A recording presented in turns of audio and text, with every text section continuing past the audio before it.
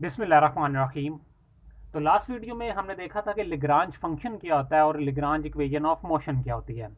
और उससे पहले हम जनरलाइज कोऑर्डिनेट और जनरलाइज वेलोसिटी के बारे में बात कर चुके हैं। बेसिकली जनरलाइज वेलोसिटी हमने देखा था कि जनरलाइज कोऑर्डिनेट का अगर आप टाइम डेरिवेटिव ले लें तो वो आपके पास जो है वो जनरलाइज वेलोसिटी हो जाती है।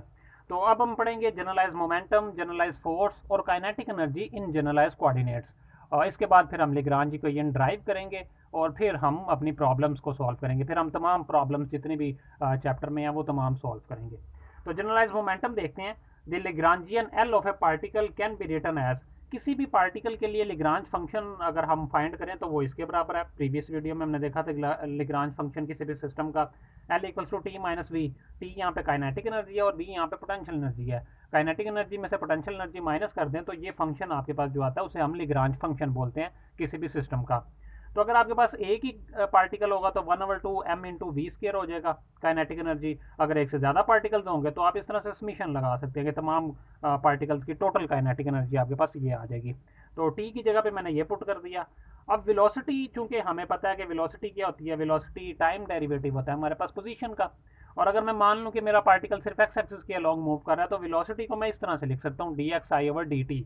और स्केयर है चूंकि तो फिर ब्रैकेट में मैंने ये स्केयर लगा दिया। इसके बाद हमारे पास हमने लास्ट वीडियोस में देखा था कि अगर टाइम डेरिवेटिव किसी भी चीज़ का लिया हो तो आप उसको डॉट से रिप्रेजेंट कर सकते हो। उसके ऊपर आप एक सिंपल डॉट लगा दो। अगर यहाँ पे dx/dt है तो सिर्फ xi लिख के आप ऊपर डॉट लगा दो तो इसका मतलब यही है कि आपने टाइम डेरिवेटिव लिया हुआ है इसका। अब अगर हम इसका पार्शियल डेरिवेटिव लें with respect to x i dot जो हमारे पास ये है उसी के रिस्पेक्ट से अगर हम डेरिवेटिव लें इस पूरी इक्वेशन का तो फिर हमारे पास क्या आ जाएगा। यहाँ पे आ जाएगा हमारे पास partial L over partial x i dot. और यहाँ पे इसका डेरिवेटिव इसमें 1/2 कांस्टेंट हो जाएगा, एज इट इज़ रहेगा।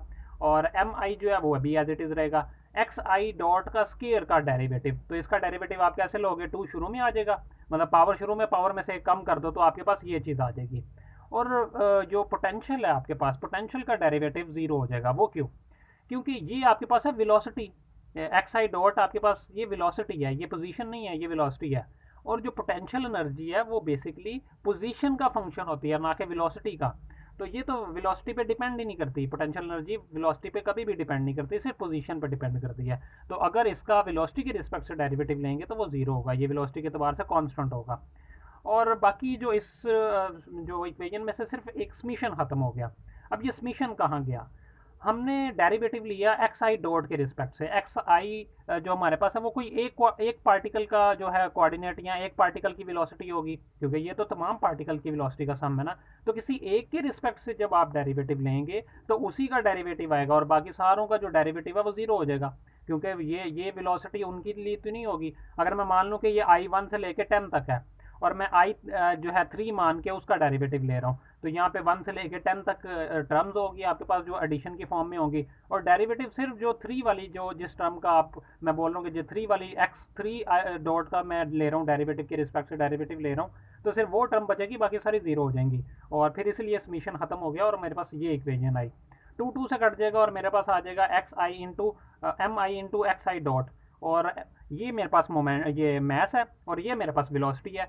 मैस इनटू वेलोसिटी हमें पता है कि ये मोमेंटम होता है हमारे पास। और मोमेंटम किसके इक्वल है? लिग्रांजियन फंक्शन का। अगर आप डेरिवेटिव ले लें विद रिस्पेक्ट टू वेलोसिटी तो वो आपके पास जो आंसर आया हुआ है वो बेसिकली फिर आपके पास मोमेंटम के बराबर है। और इसको बोलते हैं हम जनरलाइज मोमेंटम। कि जब भी लिग्रांज फंक्शन किसी भी पार्टिकल का आपके पास मौजूद हो और उसका आप डेरिवेटिव ले लें विद रिस्पेक्ट टू जो है वेलोसिटी, तो आपके पास जो आंसर आता है, जो आपके पास फंक्शन आएगा वो कहलाएगा जनरलाइज मोमेंटम। ठीक है, तो ये बेसिकली जो जनरलाइज मोमेंटम की डेफिनेशन ये है। अब इसको पी आई से रिप्रेजेंट करेंगे हम। जिस तरह से जनरलाइज कोऑर्डिनेट्स को क्यू आई से रिप्रेजेंट करते हैं तो जनरलाइज मोमेंटम को हम पी आई से रिप्रेजेंट करेंगे। तो क्यू आई डॉट, अभी तक हमने 3 चीज़ें पढ़ ली। एक हमने पढ़ा क्यू आई, ये हमारे पास जनरलाइज जो है कोऑर्डिनेट्स। अगर इसी के ऊपर आप डॉट लगा दें तो ये आपके पास आ जाती है जनरलाइज वेलोसिटी। अब आपने पढ़ लिया पी आई और ये आपके पास है जनरलाइज मोमेंटम। तो जनरलाइज कोऑर्डिनेट्स भी हम डिटेल में पढ़ चुके हैं। इसी का डेरिवेटिव ले लें, टाइम डेरिवेटिव, तो वो आपके पास जनरलाइज जो है वेलोसिटी आ जाएगी। और फिर जनरलाइज मोमेंटम हमारे पास किसके इक्वल आया कि लेग्रांजियन का आप पार्शियल डेरिवेटिव ले लें with respect to generalize velocity. ये बेसिकली जनरलाइज वेलोसिटी हमारे पास है ना, तो इसका जनरलाइज वेलोसिटी के रिस्पेक्ट से आप डेरिवेटिव ले लें तो वो आपके पास जो है वो उसका जनरलाइज मोमेंटम हो जाएगा।